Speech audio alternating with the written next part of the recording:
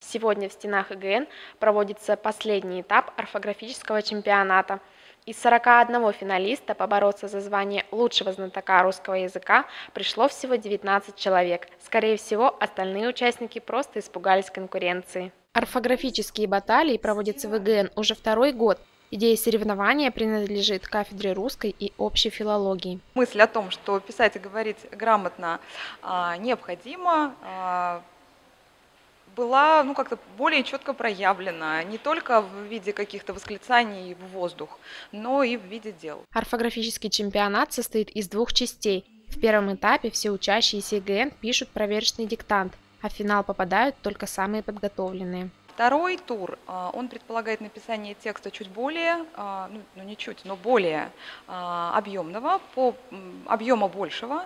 И это обязательно второе задание, проверка не заданной кем-то письменной речи, а проверка спонтанной письменной речи. То есть насколько человек сам свою речь способен грамотно орфографически и пунктуационно оформлять. Текст финального этапа состоит примерно из 180 слов. Его основная тема – отношение населения к грамотности и нормам языка. Многие считают, что главное, чтобы тебя понимали.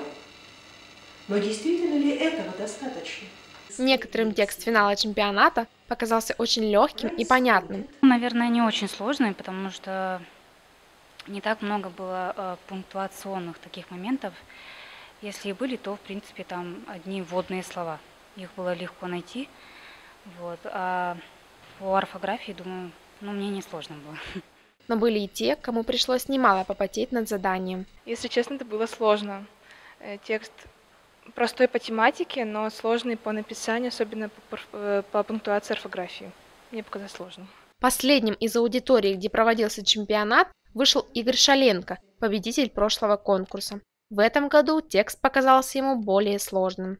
Победить бы, конечно, хотелось, но когда я увидел список вышедших в финал, сказать по правде, я понял, что конкуренция будет чрезвычайно сильная. В итоге Игорь оказался третьим, а второе и первые места заняли студентки-филологи Екатерина Габ и Эльмира Степура. Мы часто пишем диктанты, но этот диктант показался мне довольно сложным в плане пунктуации. Не то чтобы я сомневалась в себе, но я думала, что у меня более сильные противники, и я думала о них. Ирина Левковец, Иван Нестерец. А кто смотрел, тот молодец.